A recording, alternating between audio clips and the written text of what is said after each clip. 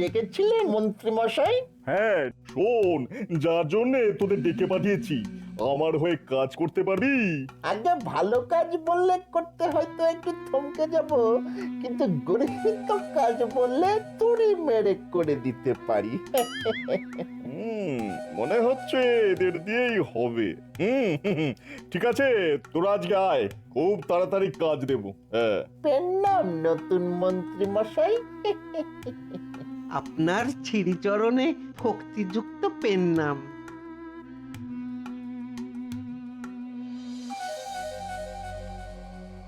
মহারাজ, যেন দেখছি বড় চিন্তিত।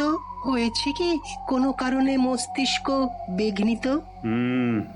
আসলে মন্ত্রীর শরীর নিয়ে বড়ই চিন্তার মধ্যে আছি। আজ এতগুলো দিন হয়ে গেল, কিছুতেই যেন সুস্থ হয়ে উঠছে না। পুরনো মন্ত্রীকে নিয়ে মহারাজের আদিক্ষেতা দেখলে গা জ্বলে যায়। রকম সকম থেকে মনে হচ্ছে পুরনো মন্ত্রী সুস্থ হয়ে উঠলেই আমাকে দরজা দেখিয়ে দেবে। তাই যা করার খুব তাড়াতাড়ি করে ফেলতে হবে। হ্যাঁ, এত চিন্তা করছেন কেন? হ্যাঁ, আমাদের রাজবৈদ্য অতি উচ্চমানের চিকিৎসক, দেখবেন ঠিক সুস্থ করে তুলবে। সুস্থ হলি বাঁচি। আজ তো রাজবৈদ্যকে পাঠিয়েছি, দেখি দেখি ও এসে কি খবর দেয়। প্রণাম মহারাজ। তুমি কি মন্ত্রীর বাড়ি গিয়েছিলে? হ্যাঁ মহারাজ, আপনার কথা মতো ওইখান থেকেই আসছি। তা কেমন দেখলে মন্ত্রীকে? আসলে অনেক দিন ধরে পেটের রোগে ভুগে বেশ কাহিল হয়ে পড়েছেন। তার উপর আবার ওই সর্দি, জ্বর আর কাশিটাও হয়েছে। তবে আরো বেশ কিছুদিন ভোগাবে। আচ্ছা রাজ জ্যোতিষী, তুমি কি মন্ত্রীর ভাগ্য গণনা করে দেখেছো? দেখেছি মহারাজ, আগামী কিছুদিন আমাদের পুরনো মন্ত্রী মশাইয়ের সময় খুব একটা ভালো যাবে না। তবে তার সাথে কি? আগে গণনা করে এটাও দেখেছি যে আগামী বেশ কিছুদিন আমাদের এই কৃষ্ণনগরের পক্ষেও খুব অশুভ সময় আসতে চলেছে। সে কি? অশুভ সময় মানে? আগে বলতে আমি শিহরিত হচ্ছি মহারাজ। শনি আর কেতু যেভাবে কৃষ্ণনগরের ওপর বক্রী দৃষ্টি দিয়েছে, তাতে এ রাজ্যে ভয়ঙ্কর একটা মড়ক হলেও হতে পারে। সর্বনাশ! মড়ক? হ্যাঁ মহারাজ, শ্লেষাপিত্তজনিত কোনো মড়ক। তাহলে তো আমাদের খুব সাবধানে থাকতে হবে। হ্যাঁ, সকলকেই খুব সাবধানে থাকতে হবে। কারণ কারণ আমি যা বুঝলাম তাতে মন্ত্রী মশাইয়ের সর্দি জ্বরটা কিন্তু কোনো সাধারণ সর্দি জ্বর নয়। মনে হচ্ছে কোনো জীবাণু সংক্রমণ ঘটেছে ওই মন্ত্রী মশাইয়ের ফুসফুসে। তাহলে তো খুবই চিন্তার কথা। তবে মহারাজ, সময় থাকতে থাকতে আমরা যদি সাবধান হতে পারি, তাহলে মনে হয় এই জীবাণু সংক্রমণের হাত থেকে আমরা এই কৃষ্ণনগরকে বাঁচাতে পারব। কি গো বিজ্ঞানী, তুমি কি বলো? আমি আজ থেকেই এই জীবাণু নিয়ে পরীক্ষা শুরু করে দিচ্ছি। এমন ভাবে কথা বলছে যেন একটা সবজান্তা ভরদ্বাজ। আচ্ছা বিজ্ঞানী, আপনি যে জীবাণু নিয়ে পরীক্ষা শুরু করবেন বললেন, তাই জীবাণুটা পাবেন কি করে? আজই আমি মন্ত্রী মশাইয়ের বাড়ি গিয়ে ওর মুখে লালা রস নিয়ে আসবো। তারপর অনুবীক্ষণ যন্ত্র দিয়ে দেখলেই বোঝা যাবে ওই লালা রসে কোনো জীবাণু আছে কিনা, আর থাকলেও সেই জীবাণু কতটা মারাত্মক। ও, তাহলে বিজ্ঞানী, তুমি আজ থেকেই কাজ শুরু করে দাও। আর দরকার হলে রাজবৈদ্যকেও তোমার সঙ্গে নিয়ে নাও। মনে একটা যখন সংশয় দেখা দিয়েছে, তখন প্রথম থেকেই যুদ্ধকালীন তৎপরতায় এর মোকাবিলা করতে হবে।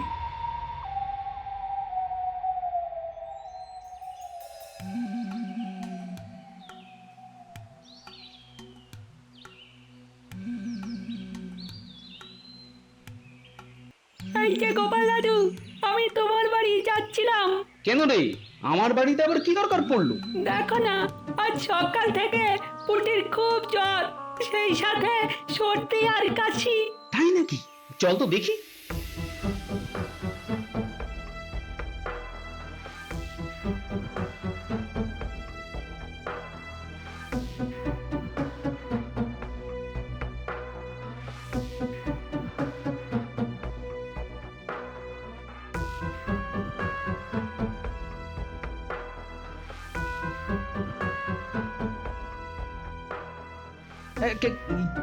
কি হয়েছে পুটির? দেখো না গোপাল দাদা, ভোর রাত থেকে মেয়েটার ধুম জ্বর, সেই সঙ্গে খুব কাশি। কাশতে কাশতে মেয়েটা একেবারে কাহিল হয়ে পড়েছে। দেখি দেখি, এ বাবা, এ তো জ্বরে গা একেবারে পুড়ে যাচ্ছে। দাঁড়াও দাঁড়াও দাঁড়াও, আমি এক্ষুনি রাজবৈদ্যকে ডেকে আনছি।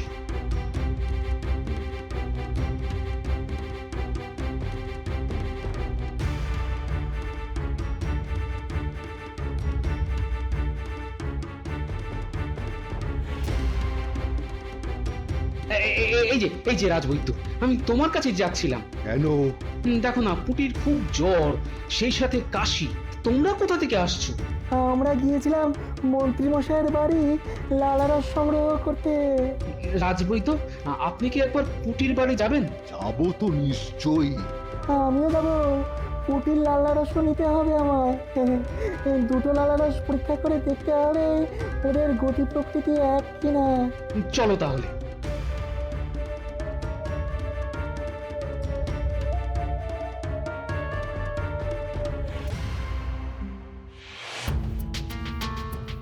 মহারাজ, আমার 4 জন সৈন্যের কাল থেকে সর্দি, কাশি আর জ্বর শুরু হয়েছে মহারাজ। সে কি? এ নিয়ে একদিনের মধ্যে 6 জনের ওই সর্দি, কাশি আর জ্বর হলো। মহারাজ, মহারাজ, এটা একেবারেই ভালো লক্ষণ নয়। আমার গণনা মিলে যাচ্ছে দেখছি। তাহলে কি করা যাবে রাজবৈদ্য? আমি এক্ষুনি ওই সেনাদের বাড়ি যাব। প্রত্যেককে ওষুধ দিতে হবে।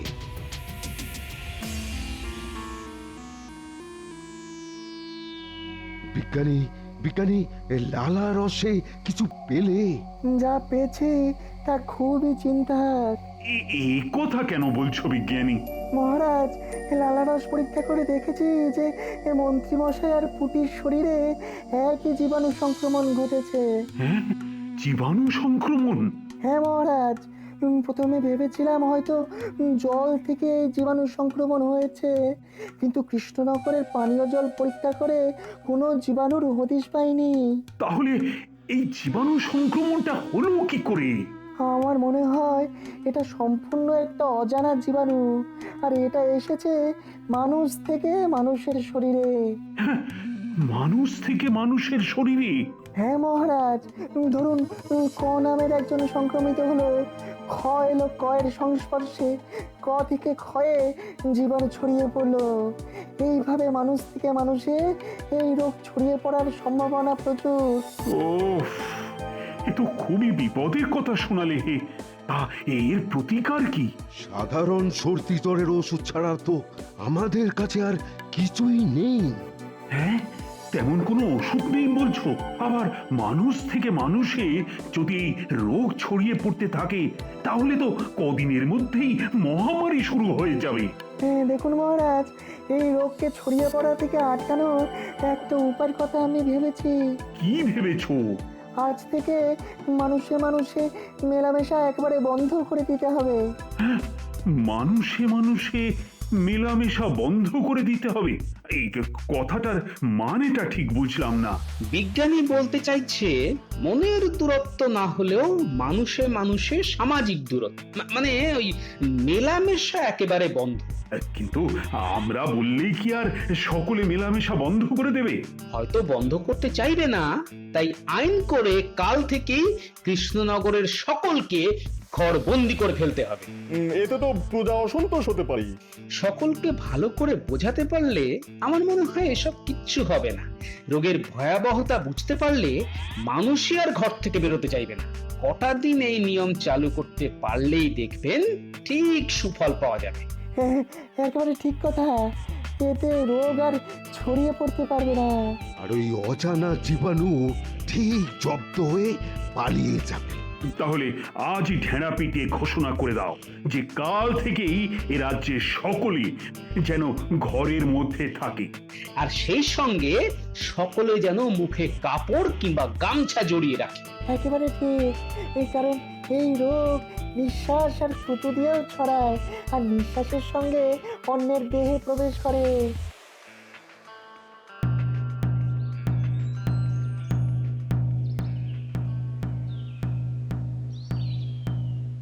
শোনো শোনো শোনো, কৃষ্ণনগরে এক অজানা রোগের আগমন ঘটেছে।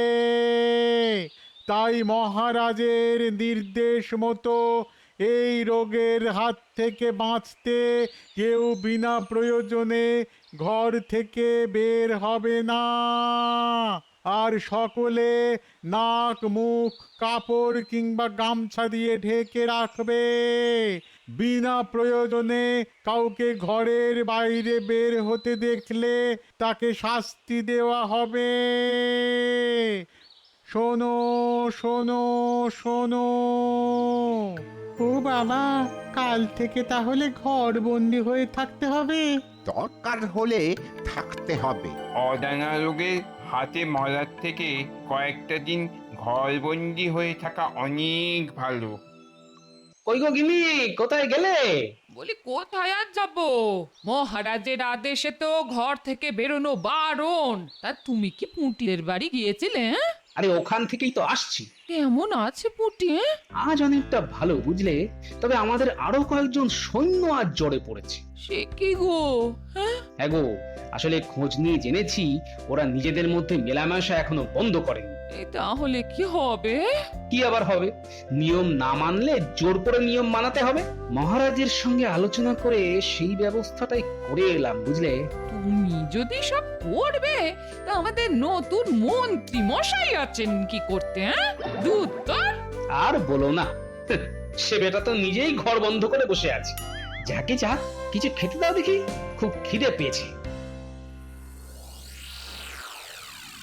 শোন, যার জন্য তোদের ডেকেছি, এই রাতের বেলা কেউ বেরোচ্ছে না তো? আগে না, রাতের বেলায় সারা কৃষ্ণনগর একেবারে শুনশান। বাহ বাহ, খুব ভালো কথা। এবার শোন, কি করতে হবে তোদের সেটা শোন।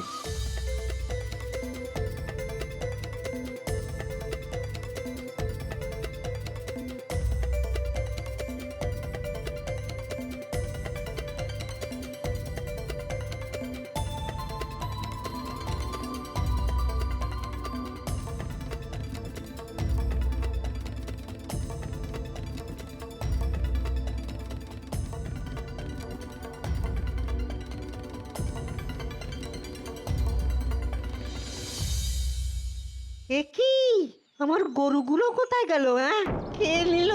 হায় হায় হায় হায় হায় হায় হায় হায় হায় রে, আমার গরু কি তাহলে ওই চুরি হয়ে গেল?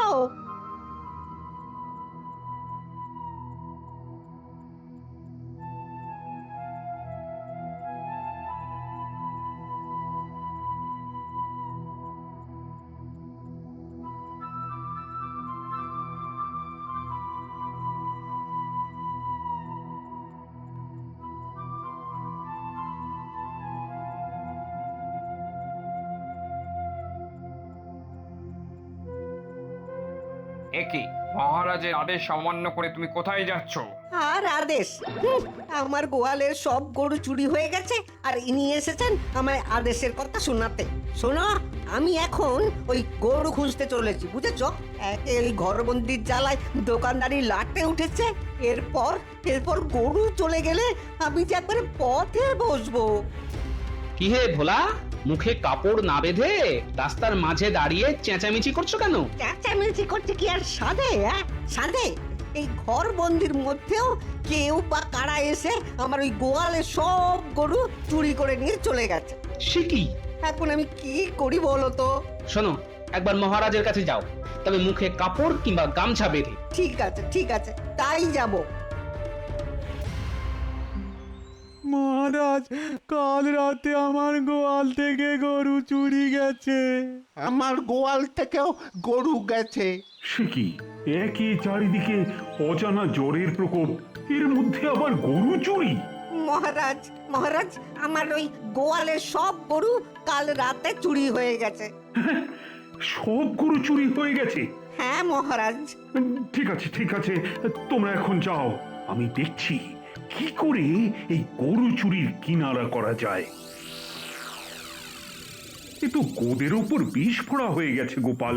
কাল রাতে ভোলা ময়রা আর অনেকের গোয়াল থেকে গরু চুরি হয়ে গেছে।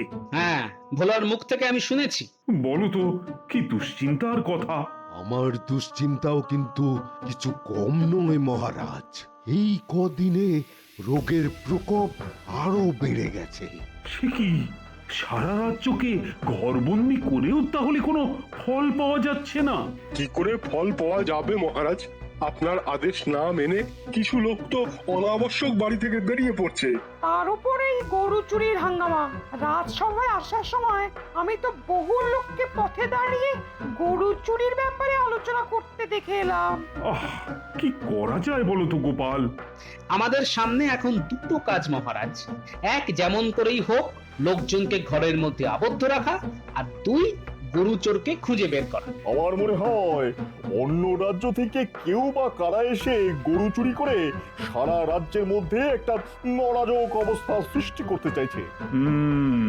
কথাটা খুব একটা খারাপ বলনি নতুন মন্ত্রী।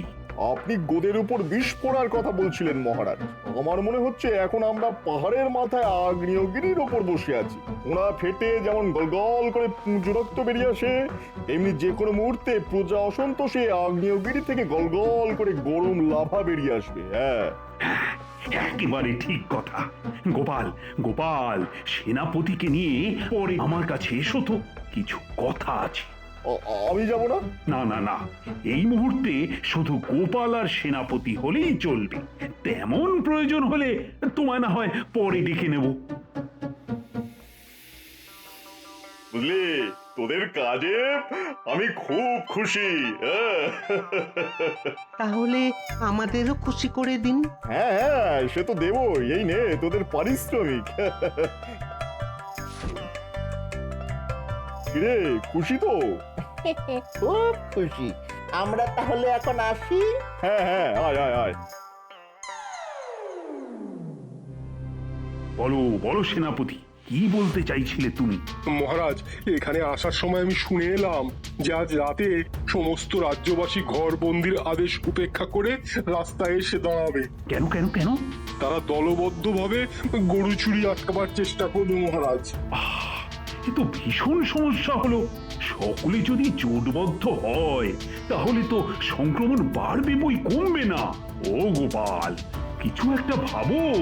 আমার মনে হয় আজ রাতে আপনাকে আর আমাকে রাস্তায় বেরোতে হবে, আর সঙ্গে নিতে হবে আপনার পোষা বাঘকে। বাঘ? হ্যাঁ মহারাজ, আমরা থাকবো হাতির পিঠে আর বাঘ আমাদের সাথে সাথে যাবে। এদিকে ছাড়া বাঘ দেখে মানুষজন আর ঘর থেকে বেরোতে সাহস পাবে না, আর ওদিকে গরু চোর যদিও বা রাতের অন্ধকারে গরু চুরি করতে আসে, তাহলে বাঘ আর হাতির পিঠে আপনাকে দেখে পালাবার পথ পাবে না। খুব ভালো, খুব ভালো বুদ্ধি বের করেছো গোপাল। সেনাপতি, তুমিও যাবে আমাদের সঙ্গে। হ্যাঁ, সকলকে একজোট হয়ে আজ রাতে পাহারা দিতে হবে। যেমন করেই হোক গরু চুরি আটকাতেই হবে। একে তো ওই ঘরবন্দির ধাক্কায় ঘরে অনটন, তারপর ওই গরু চুরি গেলে আমাদের ওই বাচ্চা কাচ্চাগুলো কি খাবে বলুন তো? ঘরবন্দি অবস্থা উঠে গেলে আমি বা ওই দোকান চালাবো কি করে? হ্যাঁ, বাঘ ডাকলো না?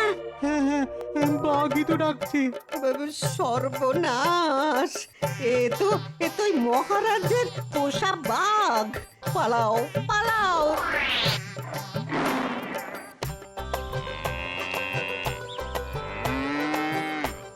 আরে, অনেকগুলো গরু একসাথে ডেকে উঠলো না? তাই তো। আর গরুর হাম্বা ডাক তো আমাদের নতুন মন্ত্রী মশাইয়ের বাড়ির থেকে আসছে। ঠিক বলেছ, চলো তো দেখি।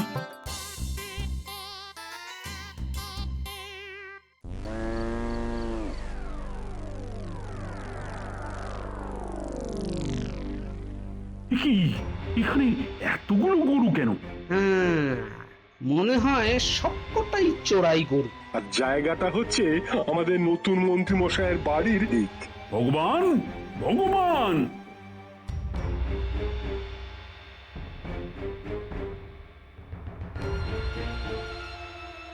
এ কি মহারাজ, আপনি এত রাতে? গরুগুলো কার? খেয়েছে মহারাজ, এখানে চলে এলো কি করে? তাই তো, কার গরু? তাহলে মনে হয় রাতের অন্ধকারে কেউ রেখে গেছে। হ্যাঁ, রেখে গেলে গরুগুলো তো খোলা মাঠের মধ্যেই থাকতো, কিন্তু এদের মাথায় তো রীতিমতো হোগলার ছাউনি দেওয়া, মানে পুরোপুরি গোয়াল। তা এত বড় গোয়ালটা কে বানালো নতুন মন্ত্রী মশাই? সে আমি কি করে বলবো? একেবারে মিথ্যা কথা বলবে না। বলছি মহারাজ, বলছি আসলে আমার খুব দুধ খাওয়ার শখ, তাই বটা ঘটাকে দিয়ে চোর! গরু চোর! জানো জানো এই অপকর্মের শাস্তি কি? এনাকে একটা নতুন শাস্তি দেওয়া হোক। জ্যান্ত বাঘের মুখে তোমাকে ছেড়ে দেওয়া হবে। ও মহারাজ, আপনি আমাকে মারুন, ধরুন, যা ইচ্ছে করুন, কিন্তু দয়া করে এটা করবেন না, তাহলে যে আমি মরে যাবো গো। যাও, সকলে ঘরের ভেতরে চলে যাও। কটা দিন ঘরে থাকতে পারলি অজানা জ্বর আমাদের আর আক্রমণ করতে পারবে না। আর গরু চোর তো ধরা পড়েই গেছে। জয় মহারাজের জয়, জয় মহারাজের জয়।